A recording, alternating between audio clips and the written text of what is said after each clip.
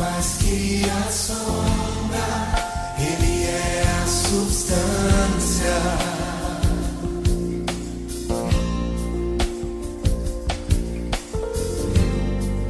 Mais que a lei e os profetas, Ele é a nova aliança.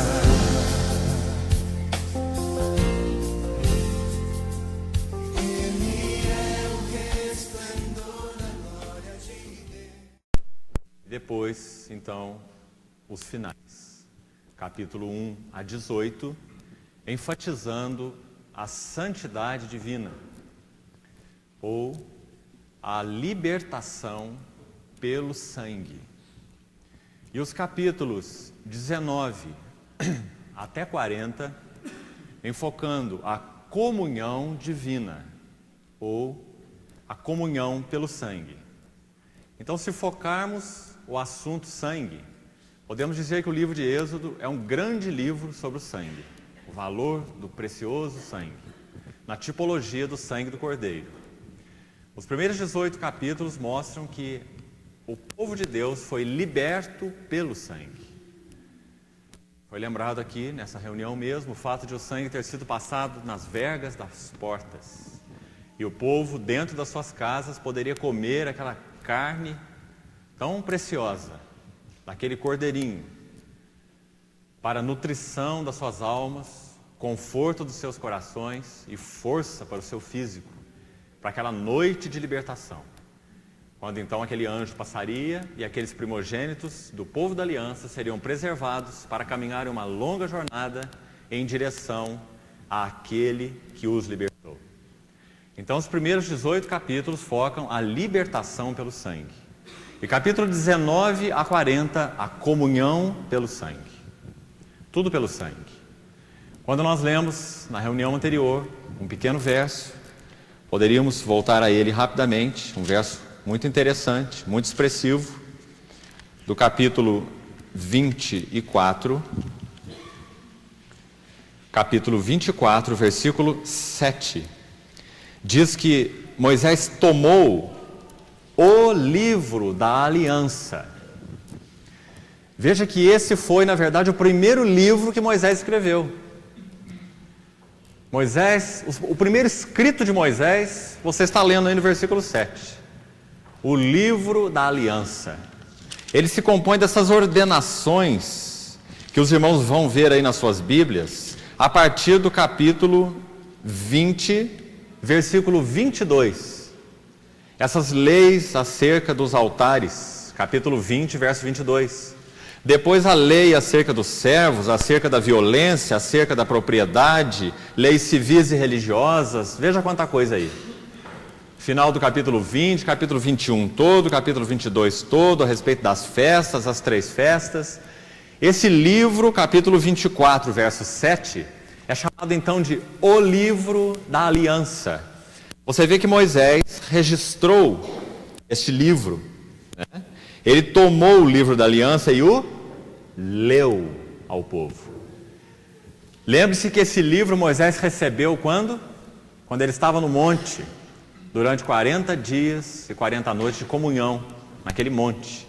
Então ele recebeu ali não só as tábuas do testemunho, não só aquele modelo do tabernáculo, que também foi mostrado a Moisés, não apenas falado, mas literalmente mostrado a Moisés no monte, e as ordenações que nós acabamos de citar nesses capítulos, que foi chamado então pelo próprio Senhor de o livro da aliança.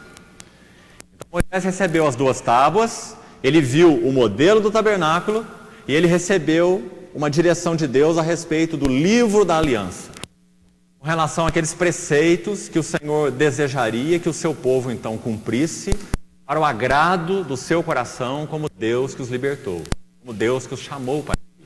Então ele ensina o povo a construir altares, diversas leis civis, diversas leis chamadas religiosas, leis sobre propriedade, muitas coisas mais. O livro da aliança. E veja então que Moisés, você vê logo na sequência, versículo 8 do capítulo 24, Moisés tomou aquele sangue daquele sacrifício que aqueles jovens ofereceram, lá no versículo 5, deixa isso claro. E ele aspergiu sobre o povo e disse: eis aqui o sangue da aliança. Então você tem o livro da aliança e você tem o sangue da aliança. Veja a maravilha disso. O livro da aliança continha aquelas ordenações que Deus deu ao povo para o comportamento individual, privado, coletivo, público, social, religioso do povo, para que esse Deus que os libertou pudesse ser apenas não o Deus libertador, mas o Deus residente. O Deus que libertou o povo do Egito para habitar no meio do seu povo. Então vejam que o desejo de Deus é por comunhão. Mas, irmãos, diante do livro da aliança, certamente o povo teria muitas falhas, porque o povo é pecador. Então esse próprio livro da aliança e o próprio povo foi aspergido com esse sangue uma segunda vez. Lá no Egito houve sangue para a libertação passado do lado de fora da porta. Isso toca uma libertação incondicional, um ato soberano de Deus. Agora há um livro com ordenações de Deus para o povo que foi libertado pelo sangue. Mas este livro também é aspergido pelo sangue, juntamente com esse povo. Porque o sangue nunca fica velho, irmãos. O sangue é o mesmo que fez a provisão para a libertação, é o mesmo sangue que faz a provisão para a comunhão. Se confessarmos os nossos pecados, Ele é fiel e justo para nos perdoar os nossos pecados e nos purificar de toda a injustiça. Se andarmos na luz, como Ele na luz está, mantemos comunhão uns com os outros. E o sangue de Jesus, seu Filho, nos purifica de todo pecado. Então os irmãos não devem perder isso de vista no livro de Êxodo. A comunhão, a libertação pelo sangue e a comunhão pelo sangue. Se quisermos dividir, como já citei, então usando outras palavras, a santidade de Deus é enfocada principalmente nos primeiros 18 capítulos, e o desejo desse Deus Santo por ter comunhão, a comunhão então é enfocada na segunda seção, dos capítulos 19 a 40. Por que o capítulo 19 faz a transição?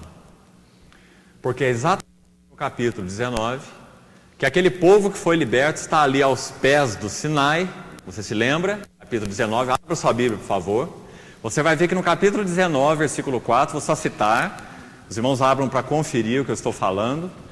No capítulo 19, verso 4 até 6, você vai ver que o Senhor dá uma passagemzinha muito preciosa que você deveria memorizar. Ele diz assim: tendes visto o que fiz aos egípcios, como vos levei com asas de águias e vos cheguei a mim. Agora, pois, se diligentemente ouvirdes a minha voz, praticardes os meus mandamentos, sereis a minha propriedade peculiar, porque toda a terra é minha. Vós me sereis, olha quantas vezes o pronome pessoal. Vós me sereis, sereis para mim um reino de sacerdotes e uma nação santa. Então veja por que o capítulo 19 faz a transição. Porque agora eles estão, aquele povo que foi liberto do Egito, está no terceiro mês aos pés do Sinai. E o Senhor está falando com eles qual era o propósito da libertação. Que a libertação não era completa. A libertação era também para Deus, para terem uma propriedade peculiar, não é? Esse sangue então também faria provisão para a comunhão. Então capítulo 19, a partir do capítulo 19, os irmãos vão ver a ênfase na comunhão. Mostramos que nos primeiros 18 capítulos, onde é focada a santidade, até na figura daquela chama de fogo, os irmãos veem um progresso na revelação da santidade. Primeiro uma pequena chama de fogo na sarça, e o Senhor pedindo a Moisés que tire as suas sandálias, porque ele estava em terra santa, na presença do Deus Santo, naquela chama da sarça ardente. Depois nós vemos aquela coluna de fogo, mostrando a direção de Deus, a provisão de Deus, para aquecer, guardar aquele povo durante a noite, livrá-los das serpentes, dos escorpiões, e prover para eles um calor do aconchego no deserto, com temperaturas abaixo de zero. Então esse mesmo Deus Santo se revela naquela coluna de fogo, para que aquele povo compreendesse que estava sendo não só dirigido por Deus, mas guardado pela habitação santa de Deus no seu meio. E depois eles chegam então a uma revelação ainda maior da santidade de Deus no Monte Sinai, quando eles vão ao monte de fogo e veem todo aquele monte tremer e fumegar por causa da Shekinah de Deus. Quando só Moisés é chamado para entrar naquela nuvem e ninguém mais. Depois, quando você olha a seção sobre comunhão, você não vai ver diferente. Você vai ver que a partir do capítulo 19, já citei os versículos de 4 a 6, quando o Senhor diz que aquele povo foi chamado para se achegar a Ele, ouvir sua voz, ser o seu povo particular, né? Um reino de sacerdotes, ele já imediatamente no capítulo 20, os irmãos vão ver a promulgação da lei, os 10 mandamentos, e imediatamente na sequência, as leis civis, religiosas, individuais, a respeito de vários assuntos, e imediatamente depois, no capítulo 25, a construção do tabernáculo. Então nós fizemos todo esse preâmbulo para nós localizarmos o tabernáculo dentro do assunto. Para que nós não sejamos pegos de surpresa pelo tabernáculo. E afinal de contas, o que é o tabernáculo? Por que ele existe? Mas para que nós tenhamos todo um pano de fundo da santidade de Deus e dos desejos desse Deus santo por comunhão. Da libertação pelo sangue e da comunhão pelo sangue. Então nós podemos compreender adequadamente o tabernáculo dentro do contexto da revelação de Deus, como é registrada em Êxodo. Isso é importante. Então, a partir do capítulo 25, os irmãos vão ter até o capítulo 40 o assunto do tabernáculo. Né? Veja que ele ocupa a maior parte do livro de Êxodo, porque o tabernáculo resume a intenção de Deus registrada por Moisés no livro de Êxodo, que é ter comunhão, é habitar. Ele não só libertou e agora disse, agora vocês são livres, cuidem da vida de vocês, vão para onde vocês quiserem, para a direita, para a esquerda, para trás, para frente, pode sair do Egito, tome seu rumo. Nada disso. O Senhor conduziu aquele povo pela nuvem, pela coluna, levou-os ao Sinai e abriu o seu coração, dizendo, vocês são meus, os primogênitos de vocês são figuras de vocês. Quando eu libertei o primogênito do Egito, eu não libertei para que ele pudesse viver para si. Se você ler o capítulo 13 de Êxodo, um capítulo também impressionante, você vai ver que ele diz assim, todo aquele que abre a madre é meu, tanto de homens quanto de animais. Ele está dizendo, eu julguei o Egito e os deuses do Egito através da figura representativa daqueles primogênitos, para que vocês fiquem claros de que os primogênitos de vocês foram salvos como que através da morte. Paulo aos Coríntios diz assim, ele, Cristo, morreu por todos, como aquele cordeirinho, lá de Êxodo 12 da Páscoa. Ele morreu por todos. Para quê? Para que os que vivem não vivam mais para si mesmos, mas para aquele que por eles morreu e ressuscitou. Tão claro, não é, irmãos? Tão claro. Quando você vê as palavras agora da nova aliança, do Novo Testamento, né, naqueles símbolos do Velho. O Senhor está falando a mesma coisa em Êxodo. Ele está dizendo, olha, o primogênito de vocês era para estar lá, morto no Egito. Ele só não está morto no Egito porque o meu propósito eletivo de graça os livrou, por meio do sangue. Mas não os livrei para serem de si mesmos, mas os livrei para minha satisfação e meu prazer. Então agora vivam desta forma. Então ele expressa aquelas leis, como eu já citei ali. Mas se vocês falharem em viver dessa forma, saibam que vocês têm provisão do sangue, para serem purificados e trazidos de volta. Então não se percam no caminho, usem a provisão do sangue. Não é? Esse é o ensino claro do Novo Testamento. Então, irmãos, o que deve nos impressionar até aqui é o desejo do Deus Santo por uma comunhão com um povo também santo, separado, que Ele santificou pelo sangue da aliança, tipificado pelo Cordeiro Pascal. Isso tem que ficar muito claro para nós. Agora, pois, 1 Coríntios capítulo 6, verso 20, fostes comprados por preço. Agora, pois, glorificai a Deus no vosso corpo. Não sabeis vós que os vossos corpos são um santuário do Espírito de Deus, do Deus vivente, e que o Espírito de Deus habita em vós? Fostes comprados por preço. Glorificai a Deus no vosso corpo. Você vê Paulo trazendo à luz no Novo Testamento toda essa tipologia de uma forma tão clara, tão bonita. 1 Coríntios capítulo 6, versos 19 e 20. Depois você confere a clareza desse ensino neotestamentário, né? Que nós estamos vendo aqui nas páginas veterotestamentárias. ou do Velho Testamento, né? Na tipologia, mas com tanta clareza. Então, vamos voltar ao capítulo 6, ao versículo que eu li para abrir a sessão dessa noite. Êxodo capítulo 6, versículo 7. Eu gostaria que você olhasse essa primeira frase que nós lemos, e agora eu quero usar essa frase para dividir o livro de Êxodo em dois. Mais uma vez vamos dividir o livro, os mesmos capítulos. Veja bem, Êxodo 6, versículo 7. Qual é a primeira frase? Tomar-vos-ei por meu povo. Irmãos, esse é o tema de Êxodo 1 a 18. Tomar-vos-ei por meu povo. Foi isso que o Senhor fez. Até o capítulo 18 de Êxodo. Qual a próxima frase? E serei o vosso Deus. Esse é o tema de Êxodo 19 até 40. Então esse versículo, na verdade, nesse aspecto, nesse foco que eu estou abordando com os irmãos, ele dá uma chave para todo o livro de Êxodo. É isso que o Senhor faz em todo o livro de Êxodo. Ele toma o povo por seu povo, as pragas, o sangue do cordeiro primeiro, capítulo 12, os primogênitos, capítulo 13.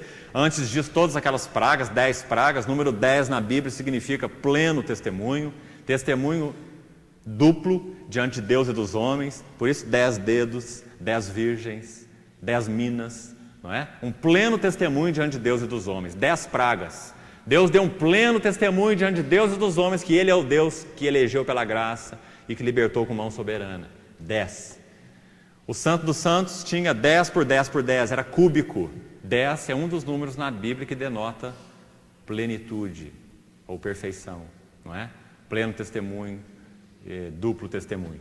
Então, os irmãos vejam que esse verso 7, ele também nos ajuda muito na nossa visão de Êxodo. Tomar-vos-ei por meu povo, 18 capítulos. E eu serei o vosso Deus, capítulo 19 em frente.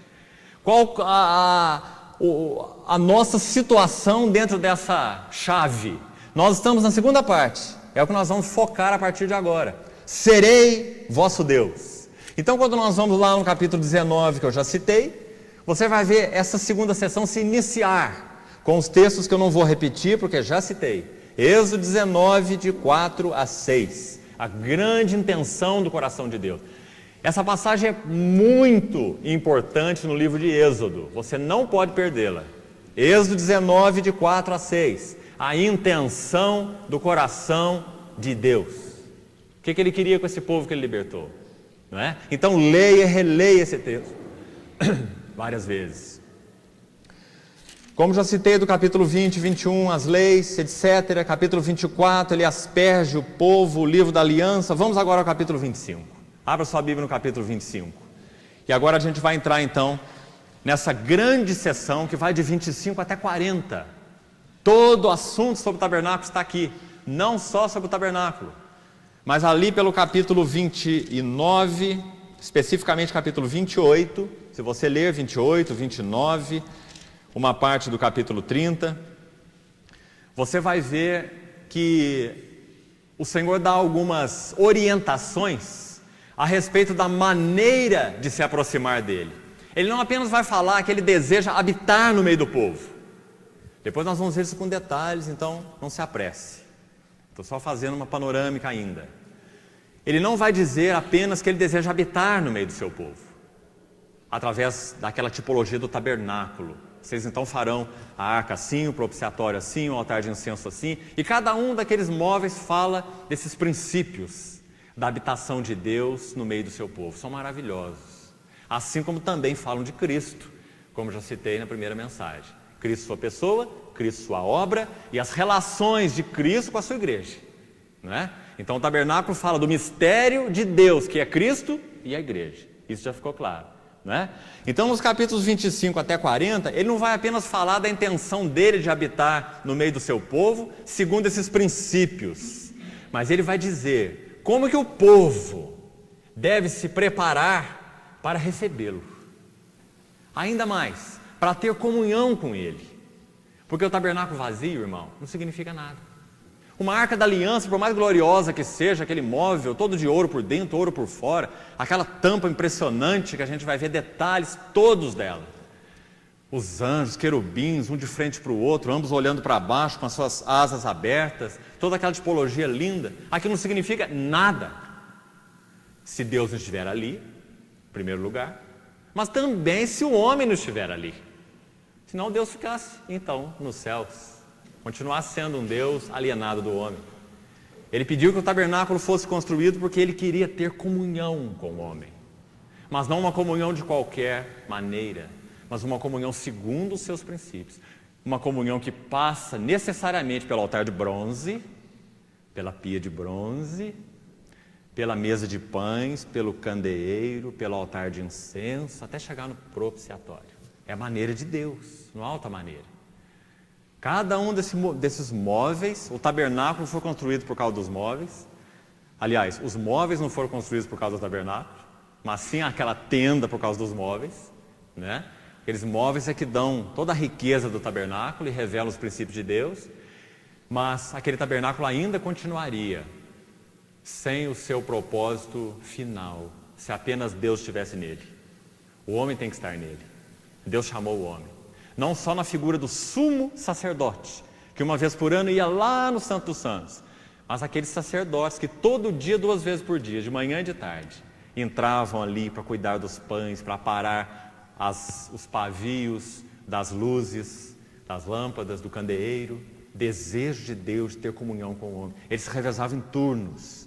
Na verdade, irmãos, todo o povo deveria ter tido esse acesso. Sabe por que não tiveram? Porque eles pecaram contra Deus.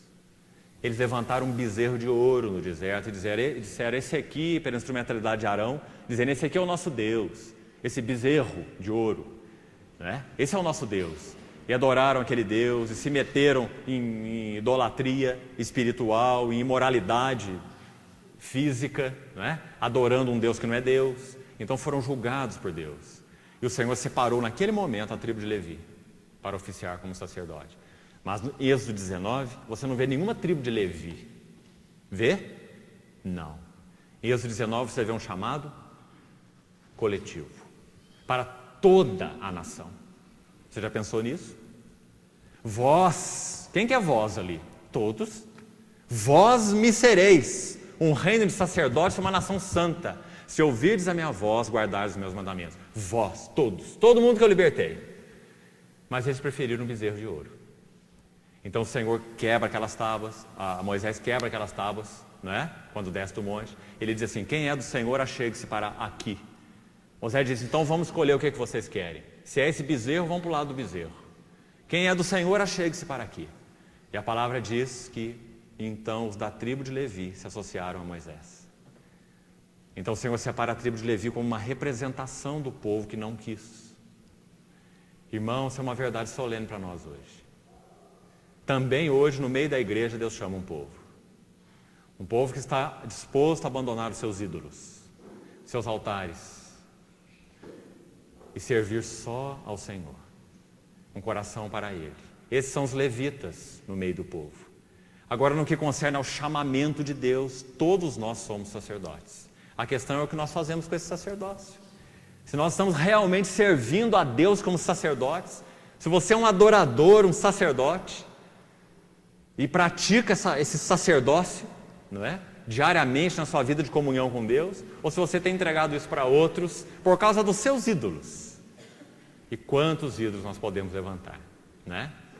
E deixar que aqueles que então são mais despertados, que eles vão lá, eles são levitas, eles vão lá, e depois eles ministrem para nós.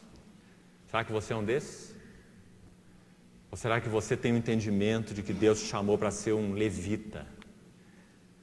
Porque Ele nos chamou como igreja, para ser um reino de sacerdotes e uma nação santa. Então isso também deve nos impressionar, não é? Porque se você lê Êxodo 19 e depois a passagem de Êxodo 32, o bezerro de ouro, isso vai te impressionar. Deus chama toda a nação, mas uma tribo responde, a tribo de Levi. Então Deus introduz essa tribo no tabernáculo. Ninguém mais entrava lá, só os levitas. Na verdade, nem todos os levitas, mas apenas a linhagem de Arão, não é? Oficiavam como sacerdotes. Os outros eram responsáveis por transportar os gersonitas, coatitas, meraritas. Eles transportavam o tabernáculo, armavam, desarmavam, mas eles não tinham acesso. Eles não oficiavam como sacerdotes. Veja como o privilégio foi reduzido, né? por causa da dureza e da obstinação do coração do povo. Então nós precisamos, como igreja, hoje atentar para isso também. Para o chamamento total de Deus, a intenção de Deus, esse é um ponto. Mas um segundo ponto, a nossa resposta. Qual tem sido a nossa resposta? Que outros façam, que outros andem com Deus, que outros ministrem, adoram e sirvam. Eu tenho meus negócios, eu tenho minha família, eu tenho minhas coisas. Ou será que nós temos vivido para Deus em meio a tudo isso? E a vida com Ele que traz realidade para tudo isso, né? Então, no capítulo 25, onde nós vamos começar um pouquinho, nessa noite, eu queria ler com os irmãos os primeiros 9 versículos. Ainda será um preâmbulo. Se o Senhor permitir, na outra reunião é que nós vamos aí sim entrar na arca, que é descrita a partir do verso 10. É isso? Então abra sua Bíblia aí, em Êxodo 25, e vamos ver ainda primeiro umas considerações preliminares que o Senhor fez antes dele começar a descrever o mobiliário do tabernáculo. Então vamos lá, Êxodo 25. Disse o Senhor a Moisés: fala aos filhos de Israel que me tragam oferta de todo homem cujo coração o mover para isso, dele recebereis a minha oferta. Nós precisamos parar aqui, porque você precisa ver que esse Deus magnífico, sublime, santo, que não precisa de nada, completo, perfeito, satisfeito consigo mesmo, porque Ele é pleno nele mesmo. Esse Deus, no trato com o seu povo da velha aliança, Ele quis colocar uma cabana no meio do povo, para que o povo pudesse ter um acesso mais direto e pessoal à santidade, à glória da santidade desse Deus. E nós vamos ver daqui a pouco, num texto, no livro de Êxodo mesmo, que mostra qual era o propósito disso. E muito claramente naquele versículo o Senhor diz assim: eu quero pôr o meu tabernáculo no meio do meu povo, para que eu habite no meio deles. Aí ele vai dizer o propósito: para que, pela minha glória, eles sejam santificados. Irmãos, a pensar nesse privilégio.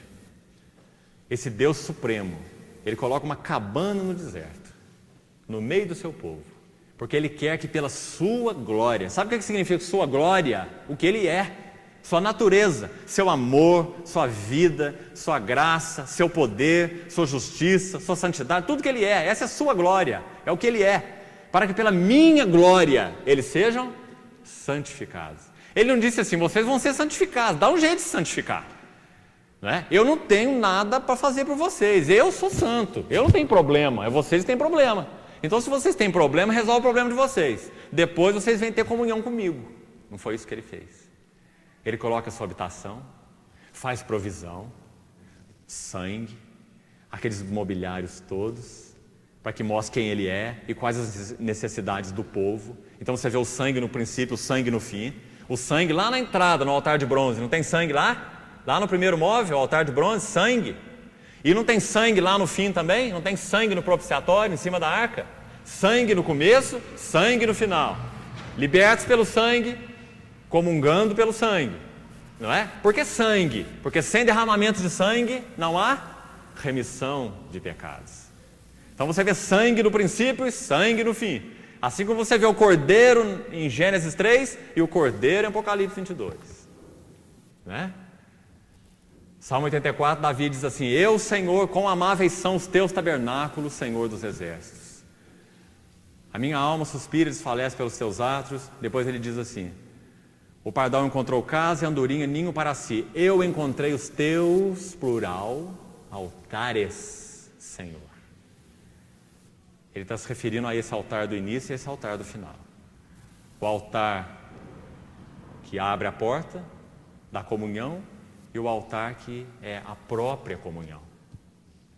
Então, irmãos, esse Deus pede uma cabana para que o povo construa essa cabana, o Deus dos céus. Agora veja que no verso 12 ele não deixa uma coisa de lado, tão importante, no meio de uma história não só atual, né, mas já de muito tempo que nós vivemos, tão confusa, de barganha com Deus, de trocas, como se esse Deus santo fosse um Deus mercantil. Fosse um Deus que fizesse requisições para o povo, para que então ele pudesse dar outras coisas para o povo, baseado no que o povo deu para ele, um relacionamento de troca. Mas veja que no versículo 2 esse Deus diz assim: fala aos filhos de Israel que me tragam oferta. Um Deus que não precisa de nada, está pedindo para o povo trazer oferta. Por causa de quem será? Por causa dele? Hein? Irmão, tudo que nós podemos dar para Deus é como se você desse R$1 para um milionário, né? É você vestir uma roupa bem bonitinha assim, marcar um horário na agenda do Bill Gates e chegar para ele e dizer: olha, eu estou aqui, tendo o privilégio de vir na tua casa, né, e acho que você vai ficar muito feliz, eu trouxe aqui para você R$10, né? Isso é você oferecendo as coisas para o Deus do universo. Você acha que ele vai ficar impressionado? Mas ele diz assim: eu chamei vocês para que me tragam oferta. Sabe por que ele quer? Porque ele sabe que quando nós damos a oferta, nosso coração vai junto, né? Porque nós decretamos no nosso ofertar um senso de prioridade, nós estabelecemos um senso de prioridade. Então ele diz assim: me tragam oferta. Ele continua: de todo homem cujo coração o mover para isso. Ele está dizendo: eu não quero barganha, eu não quero ninguém que tenha uma motivação errada, achando que vai fazer isso ou aquilo comigo, trocar uma coisa ou outra. É todo aquele cujo coração o mover para isso. Se ele fizer de coração, eu aceito. Agora, se ele achar que ele vai dar para receber, eu não aceito, né? Então o que o Senhor chama de coração o mover é exatamente essa oferta de uma mão só, de uma via só, né?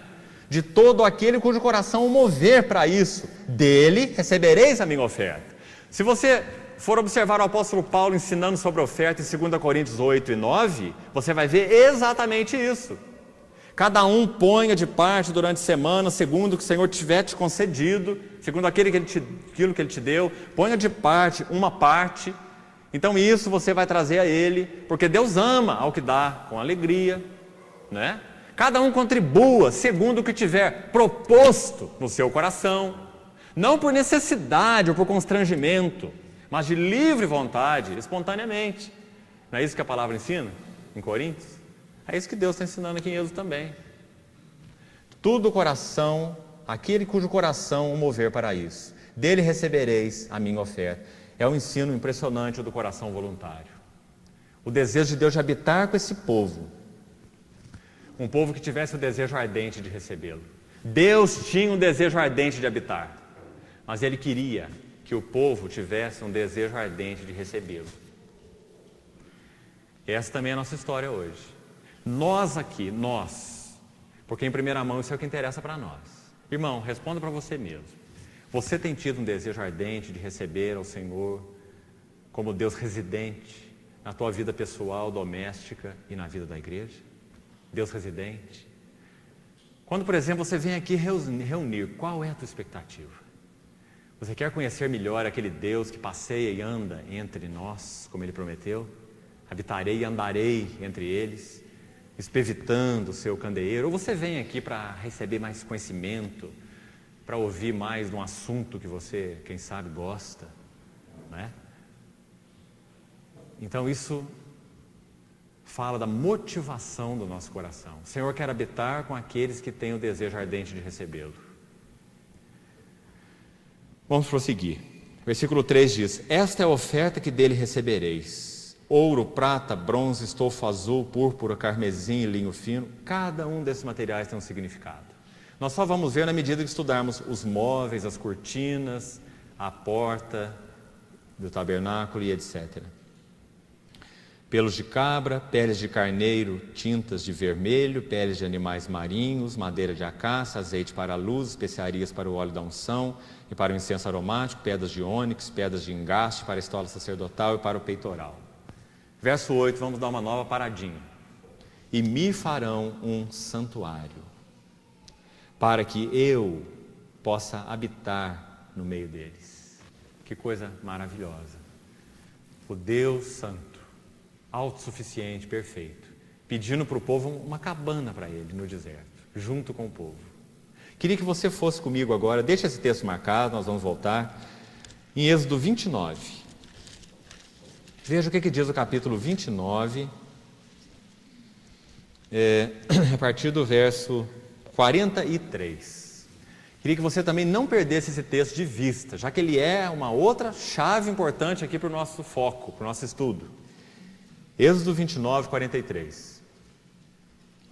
Ali virei aos filhos de Israel, para que por minha glória sejam santificados. Coisa linda, né? Como nós estávamos colocando. Mais ou menos como ele tinha dito para Abraão, lá em Gênesis 19. Abraão, depois de Abraão ter se desviado da palavra do Senhor, da promessa que o Senhor deu com relação ao filho que ele geraria da sua mulher, Sara, e não de uma outra maneira, ele introduziu uma outra maneira. Então há 13 anos da história de Abraão que não são contados em Gênesis, desde os seus 86 anos até os seus 99 anos. Aí no capítulo 19 diz que quando Abraão atingiu a idade de 99 anos, Ismael então já tinha 13 anos, então o Senhor da glória apareceu a ele e disse: Abraão, eu sou o Deus Todo-Poderoso. Como se ele estivesse dizendo: não preciso de você, eu sou todo-poderoso. O que você está fazendo com Agar? Você acha que é através de Ismael que eu vou chamar a tua descendência? Eu sou o Deus Todo-Poderoso. Aí vai dar um conselho para Abraão assim: anda na minha presença e ser perfeito. Não é ser perfeito e anda na minha presença, é anda na minha presença para seres perfeito. Mesma coisa aqui em Êxodo, para que pela minha glória sejam santificados. Irmão, o nosso Deus Santo, por causa do sangue de Cristo, Ele pode habitar no meio de nós, apesar de nós, apesar da nossa vida pequena, da nossa vida mesquinha, muitas vezes medíocre, desfocada, pecaminosa, atraída pelo mundo, mundanizada, muitas vezes. Esse Deus ainda pode habitar no meio de nós, por causa do precioso sangue do Cordeiro. E não só pode habitar, como que contrariado: nossa, eu estou habitando, mas estou tão apertado aqui, está tão difícil, acho que eu vou voltar para o céu. A palavra diz que nós somos selados com o Santo Espírito da promessa, e Ele nunca vai nos abandonar, porque o Espírito Santo é o único que pode nos convencer do pecado, da justiça, do juízo. É o único que pode produzir em nós arrependimento verdadeiro, levar-nos de novo à provisão do sangue, não é? Então esse Deus habita entre nós, fazendo o quê? Para que pela sua glória nós pudéssemos ser santificados, salvos do pecado que nos assedia, do mundanismo, dos apelos das paixões, dos desvarios, de uma vida confusa, santificados, graças a Deus, né? Essa é a intenção de Deus, nós precisamos ver isso. Então quando nós reunimos, irmãos, nós queremos adorá-lo, nós queremos orar a Ele, nós queremos partilhar com os irmãos, nós queremos que o nosso espírito, o nosso coração se rompa em adoração, não é? Considerem isso, irmãos, quando nós nos reunimos, porque o reunir é uma parcela importantíssima do viver da igreja. Não é uma parte qualquer, não, é uma parcela importantíssima. Não é a única, é claro. Nós vivemos diante desse nosso Senhor 24 horas por dia, mas quando o povo de Deus se reúne, é como a tenda da congregação. O Senhor vai falar conosco de um modo muito especial. Ele vai falar através da adoração dos irmãos, das orações, do ministério do corpo.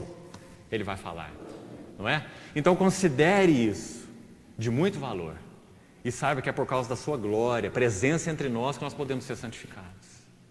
Ele vai te convencer. Ele é um Deus dócil, né? Ele não vai arrombar as portas do seu coração, mas Ele vai insistir com você. Ele vai mostrar para você o que no teu caráter que contraria a glória dEle, não é? Para cada um de nós, para que por minha glória sejam santificados. Que lindo versículo, né?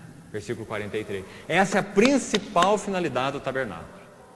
O Senhor está dizendo que é, né? Verso 43, ali virei para que por minha glória sejam santificados. Verso 44, e olha que ele vai repetir essa ideia: consagrarei a tenda da congregação e o altar, também santificarei a Arão e os seus filhos. Veja então a maneira de Deus, né? Para o homem se aproximar dele, não é de qualquer modo. Ele diz: consagrarei, tem uma maneira, tem um meio, não é? Ele disse lá no capítulo 28, o capítulo sobre a consagração de Arão e seus filhos. Eu os consagrarei para que me oficiem como sacerdotes. Olha o verso 45. E habitarei no meio dos filhos de Israel e serei o seu Deus. Está vendo? Que é a repetição do que nós lemos lá em Êxodo 6, aquele verso que nós usamos para dividir o livro em dois. E eu serei o vosso Deus, né? Tomar-vos-ei do Egito, primeira parte, e serei o vosso Deus, né?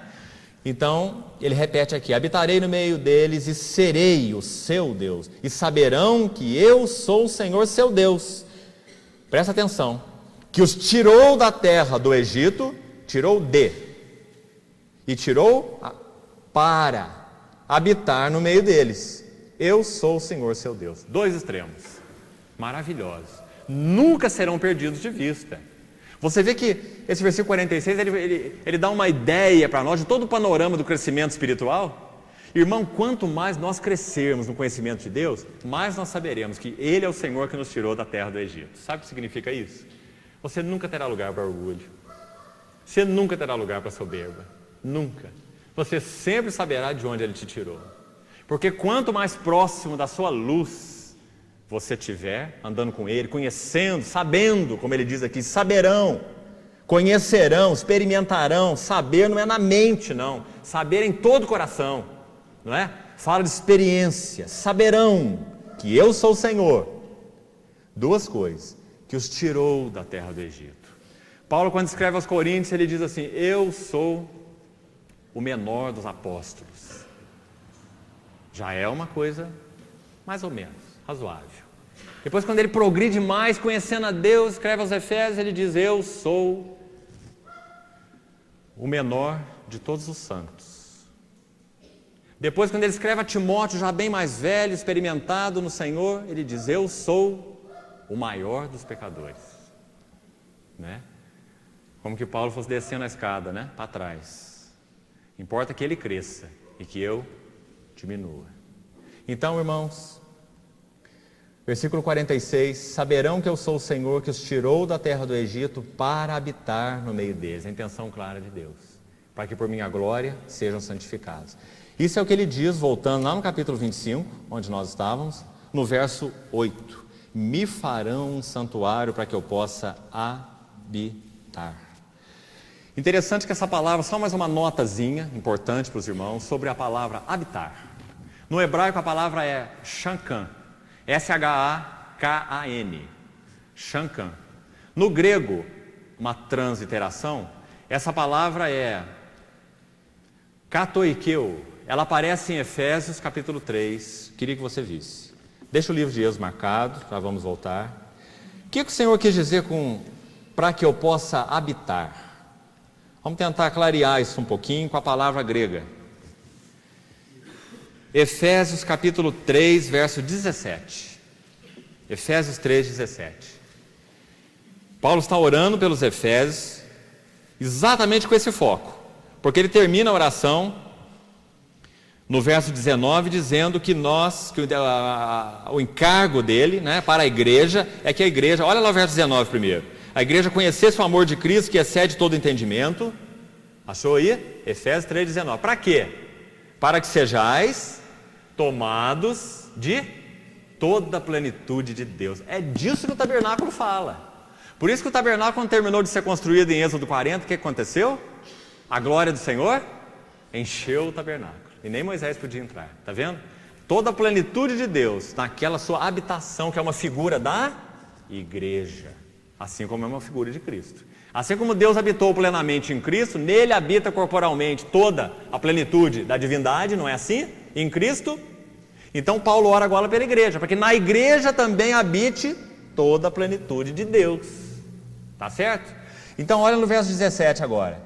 Ele diz assim, e assim habite, essa palavrinha, habite, a palavra grega é katoikeu. É uma palavra enfática. Esse kata significa para baixo. E esse oikeu, esse sufixo, significa habitar. Habitar para baixo. O que seria habitar para baixo? O sentido é fixar residência. Interessante, né? Paulo está orando para que Cristo fixe residência no coração dos Efésios. Linda figura. Ele já habita em mim e em você, não já?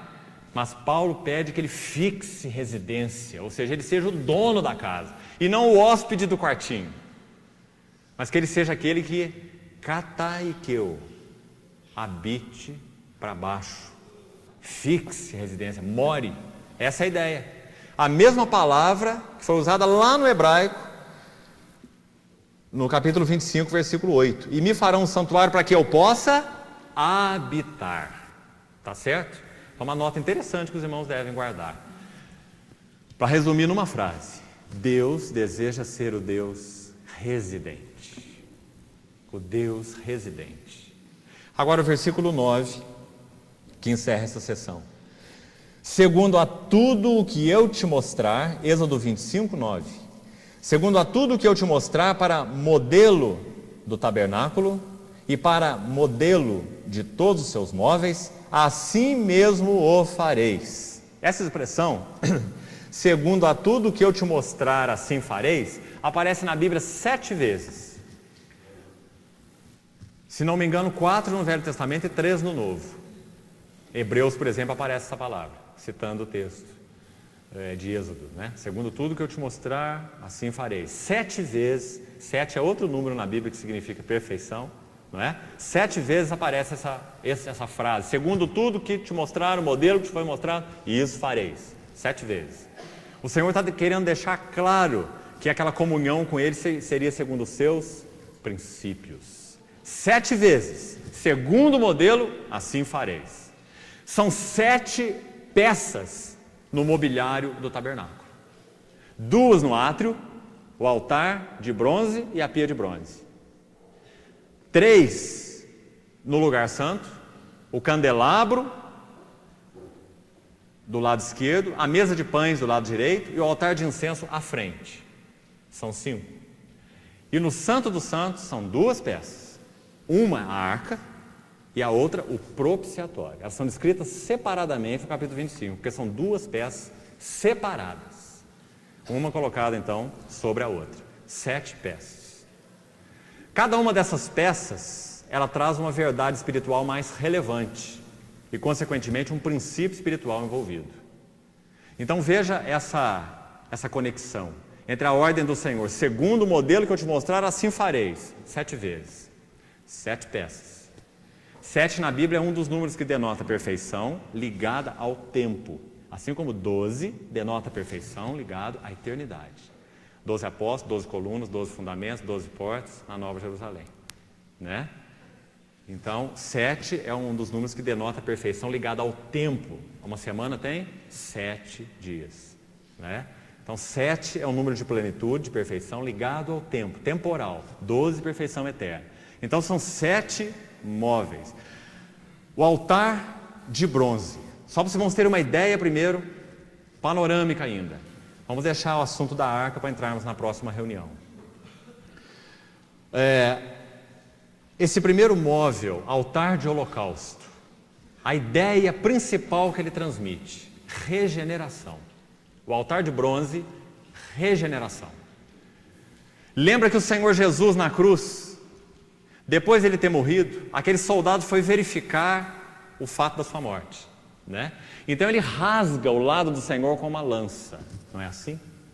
E o que diz João, que estava pertinho e viu? Ele diz isso, que aquele que isto viu testifica que isto é verdadeiro. E o seu testemunho é então fiel. O que João viu, o que ele registra? Do seu lado saiu, na ordem, sangue e água. Altar de bronze e a pia de bronze. O sangue fala de regeneração. E a pia de bronze fala de purificação. Quando Paulo escreve a Tito, ele fala que o Espírito Santo processa sobre aqueles que recebem a palavra, aqueles que o Senhor escolheu, um lavar regenerador, altar de bronze, e renovador. Tito. Você se lembra desse versículo? Quer achar na sua Bíblia? Vamos lá. Tito, você vai ver o altar de bronze e a pia de bronze. Tito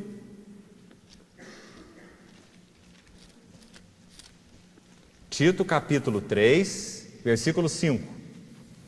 Vamos ver o 4 também. Olha que lindo o texto. Tito 3. Se você ler de 1 a 3, estamos aí nós, o povo que o Senhor tirou das cargas do Egito. Quem que éramos nós? Aqui tem uma figura clara do que nós somos. Versículo 3. Primeira palavra para nós: tolos. Nós éramos nécios. Está vendo aí? Depois tem mais algumas coisas: desobedientes, desgarrados, escravos, toda sorte de paixões e prazeres, vivendo em malícia e inveja, odiosos e odiando-nos uns aos outros. Que quadro terrível, né? Esse é o povo, irmão, que Deus separou para habitar no meio deles, pela graça, pelo sangue. Mas esse é o povo, esse somos nós, não é? O povo que foi tirado do Egito. Agora olha o verso 4. Quando, porém, que linda introdução. Quando, porém, se manifestou a benignidade de Deus. Esse aqui é o único motivo, não tem nada em você, não tem nada em mim. Quando se manifestou a benignidade de Deus, eu sou o Senhor que vos tirou da terra do Egito e da casa da servidão. Quando se manifestou a benignidade de Deus, o nosso Salvador, e o seu amor para com os homens, não por obras de justiça praticadas por nós, mas segundo a sua misericórdia. Cordeiro pascal lá no Egito, o sangue na porta, cordeiro dentro da casa. Segundo a sua misericórdia, Ele nos salvou. Nos salvou como? Mediante o lavar regenerador. Ele nos deu vida, estando nós mortos. Regenerador, nova vida. Altar de bronze. E o lavar renovador. Nós não recebemos apenas uma nova natureza, nascemos de novo. Mas na medida em que andamos com Deus, nós precisamos, além de uma nova natureza, nós precisamos de sermos santificados, purificados. Porque nós temos uma nova natureza, mas também temos uma velha natureza. E tantas vezes não andamos segundo o Espírito, a nova natureza, mas andamos segundo a carne. E ofendemos a Deus, e nos desviamos dele. Então lavar é também renovador. Que bênção. Isso é o que a pia de bronze fala. A pia purifica, a pia renova. Porque o povo foi liberto pelo sangue, também tem comunhão pelo mesmo sangue. Né? Você vê coerência, irmão? Quem que você acha que é o autor da Bíblia, hein? Moisés? Paulo? O autor da Bíblia é o Espírito Santo, que moveu homens santos em todas essas épocas para ministrar uma única verdade. As glórias da pessoa e obra de Cristo e das suas relações com o seu povo. Então você vai ver isso pela Bíblia toda. Basta que você use os óculos certos, né? O lavar regenerador e renovador do Espírito Santo, que Ele, Deus, derramou sobre nós ricamente. Por meio de quem? Jesus Cristo, nosso Senhor. Antes do altar de bronze e da pia de bronze, se você olhar o tabernáculo do lado de fora, você vai ver uma grande porta. Uma porta enorme. Depois nós vamos mostrar uma foto dela, num retroprojetor para os irmãos. E aquela porta enorme, você olhando o tabernáculo do lado de fora, aquela porta salta aos olhos. Ela tem 4 cores: azul, púrpura, carmesim e linho fino, misturados. Aquela porta fala de Cristo. Por isso que Paulo diz assim, que esse lavar regenerador, altar de bronze, e renovador, pia de bronze, do Espírito Santo, nós temos sobre nós abundantemente por meio de Cristo, porque nós já entramos pela porta. Quem tem esse lavar não é o mundo. Quem tem esse lavar são os que estão em Cristo, os que entraram pela porta. Esse povo do qual Cristo é o sumo sacerdote, o mediador, né? Então, irmão, você vê já desde o início essas verdades todas embutidas de uma maneira tão maravilhosa. Nessa introdução, nesses 9 versículos que nós lemos de Êxodo capítulo 25. Na próxima reunião, nós vamos entrar nos detalhes, primeiro da arca, depois do propiciatório. Eu quero seguir o texto bíblico com os irmãos. Nós não vamos começar com a porta, o altar de bronze, não vamos pela ordem da nossa experiência. Dessa vez, nós vamos seguir a ordem de Deus, a ordem da intenção de Deus. Deus quer revelar a arca primeiro, e não a porta primeiro. Então nós vamos seguir o relato bíblico. Se você quiser, para o seu próprio proveito, vá lendo esses textos, Êxodo 25 até 27, principalmente, para o nosso próximo estudo. E nós vamos falar então um pouco do significado da arca, o quanto ela revela a glória da pessoa de Cristo. E depois nós vamos entrar no propiciatório, que é colocado sobre a arca. E o propiciatório vai revelar a glória da obra de Cristo. A obra é baseada na pessoa. Por isso, o propiciatório tinha que ficar sobre a arca. Toda a glória da obra é devida à glória da pessoa que fez a obra. Não há glória nenhuma na obra, senão há glória na pessoa. Então, a arca suporta o propiciatório. Então, na próxima reunião, nós vamos entrar nos detalhes, todos os detalhes da arca descritos aí em Êxodo. Que o Senhor nos ajude. Amém. Vamos orar. Pai, nosso desejo é que o Senhor abra os nossos olhos, nos dê espírito de sabedoria e de revelação, no pleno conhecimento de Ti. Nós sabemos o prazer que o Espírito Santo tem de revelar as glórias de Cristo, Sua pessoa e Sua obra. E nós, Senhor, queremos ter uma resposta no nosso coração que diz que desejamos de todo o nosso ser ver algo mais da glória, da pessoa e obra do nosso Redentor. Dá-nos esse desejo no coração, um desejo constrangedor, um desejo insaciável, de vermos mais do nosso grande Redentor. Pedimos ao Senhor que nos conceda tudo o que precisamos para isso, que caiam as escamas dos nossos olhos e que o Senhor possa se mostrar para nós na Tua beleza, Senhor. Nós te pedimos e agradecemos, em nome de Jesus. Amém.